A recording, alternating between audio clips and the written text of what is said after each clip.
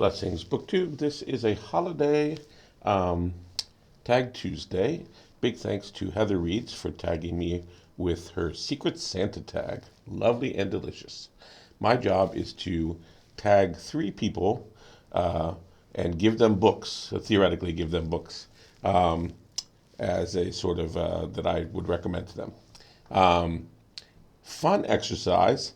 Very first thing that jumped to my mind was, now I know a lot of booktubers are all about, has Steve Donahue read it? But I'm team Roy reads everything, all the way. Roy reads anything. What to recommend to the man who reads anything? Well, I had a really great one in my LibriVox account with YouTube, which I think is drawn pretty much straight from Gutenberg, maybe Internet Archives as well, I'm not sure. And it was something really hilarious like a lady's guide to vexing gentlemen or something like that. So that was my first thought to give him, that if he hadn't already read it, I thought would amuse. But I couldn't find it. And after all, it's rather important to know the title there, because there's quite a difference between a lady's guide to gentlemen who are vexing versus a lady's guide to how to vex gentlemen. But anyway, I found a good substitute. It's a practical guide to self-hypnosis. And it's from the 60s. I forgot the author, but I'll put it down in the show notes. And I although this won't be as funny, it could potentially be much more fascinating if Roy engages, as I know he often does, so deeply with his reads. I'll be very interested to know, Roy, if you're able to hypnotize yourself. Share that with us if you do it, please. And if not, that's okay. So that's Roy. Right. And next I thought, as a way to sort of, okay, who couldn't I do, right? To just sort of get them off the list. So I thought, I'm constantly purging the sci-fi, fantasy people from my, whenever my subscriptions gets to be like over 300 or, unwieldy, because I don't read that much of it. But then I'm constantly bringing them back in because, interestingly, to my surprise, and in my humble opinion, and with no shade cast, they do some more deep analysis than, let's say, a certain percentage of the literary people. There are some literary people, of course, who do very deep, great analysis, but the general level of a lot of the sci-fi fiction stuff is quite smart, or maybe it's just the ones that I subscribe to. And anyway, there's one that I was thinking would be really good because he's also quite concerned with, the evils of late stage capitalism. So this is Ralph Blue Taxt, who has very in-depth analysis of the works that he talks about on his channel, which is excellent.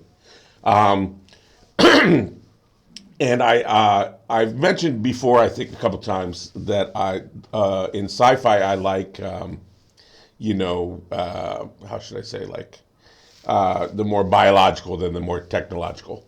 But another strand that I like, going back to a course I took in undergrad called the History of the Future, is corporatist sci-fi.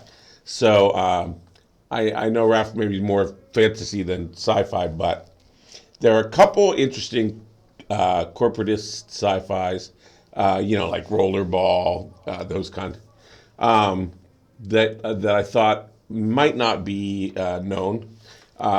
People might know Saramago because he won the Nobel, Portuguese author, and he wrote one called The Cave, which is fantastic, kind of allegorical. And then the other is, it's called the Imprecateur, and it's by a French author named Rene. That one I've never heard anyone in the Anglo sphere talk about at all. So thinking I was going to not deal with fantasy sci-fi, I actually ended up choosing that for my second one, and then surprisingly couldn't really get off of it, and decided that after all I have to address the romantasy thing. So this one I don't have someone I really watch, so I'm just picking Google AI is picking the booktubers who do the most romantasy, um, and I'm recommending to them the original romantasy. Okay, this is called Tristan and Iseult, and or Iseult, and it is a doomed love story. It's at the origin of Romeo and Juliet, and King Arthur and Guinevere and Lancelot, and I mean you name it. This is the original romantasy, guys. And I don't know if people know it. I don't think that they do. So if you're a romantasy fan, give it a try.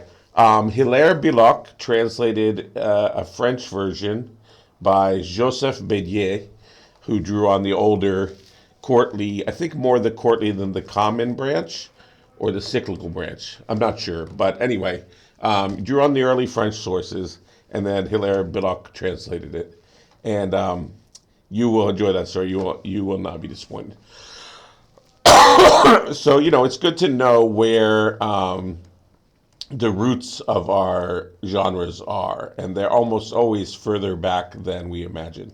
And since that's a European source, one must imagine that there are much, much earlier sources within, Eastern traditions. Well, certainly Mahabharata, right? The Ramayana, Rama and Sita. Um, that's another great romantasy. All right, so there you have it. Three. Well, I cheat a little on the third one. Is picking a bunch of different people. People that I'm going to gift some books this Secret Santa to. And apologies to my closer friends who, it was so obvious to pick y'all. For some reason, I can never do the obvious. But if you're really curious to know what books I would pick for you, you can comment below, and I will make a pick for you as well. I'm not actually. I don't do tons of writing. It's funny, I have a booktube channel, but I'm not a big pusher of books in general. I really prefer to be more curated. So really, what kind of book, what era, what genre, what tone, it's really specific to the reader. Um, and I even of the people I watched your channel so much, a lot of you, I was thinking I'm not sure that I would be able to just willy nilly out of thin air pick a book that you would like. So the people who read a lot of global fiction, with Katya and Scally the Handling and Jorge and the others. We read so many of the similar books, so it's a question of what we haven't read, really.